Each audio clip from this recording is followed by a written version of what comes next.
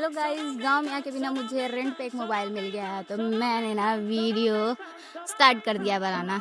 बहुत ही ज़्यादा खूबसूरत लग रहा है, लेकिन पता है गांव में ना अब पहले जैसी रौनक नहीं है। उतना खास कोई वो वाइब नहीं आ रहा है, लेकिन ठीक है, फिर भी शहर से तो मतलब बढ़िया ही है। अगर सुकून से इंसान को ज़िंदगी जीना है ना, तो गाँव तो बेस्ट ही है।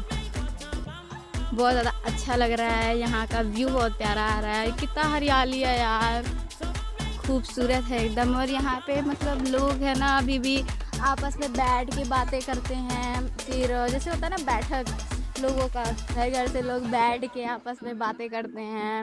मतलब तब भी अभी बहुत सारे लोग ऐसे हैं जो बहुत ही ज़्यादा खुश हैं।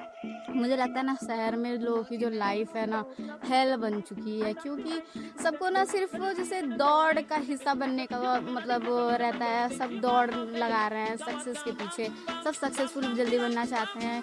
इसी चक्कर में ना वो अपनी खुशी नहीं जी पाते हैं। शायद उनमें से मैं भी एक हूँ, मेरे साथ भी शायद ऐसा ही हो रहा है।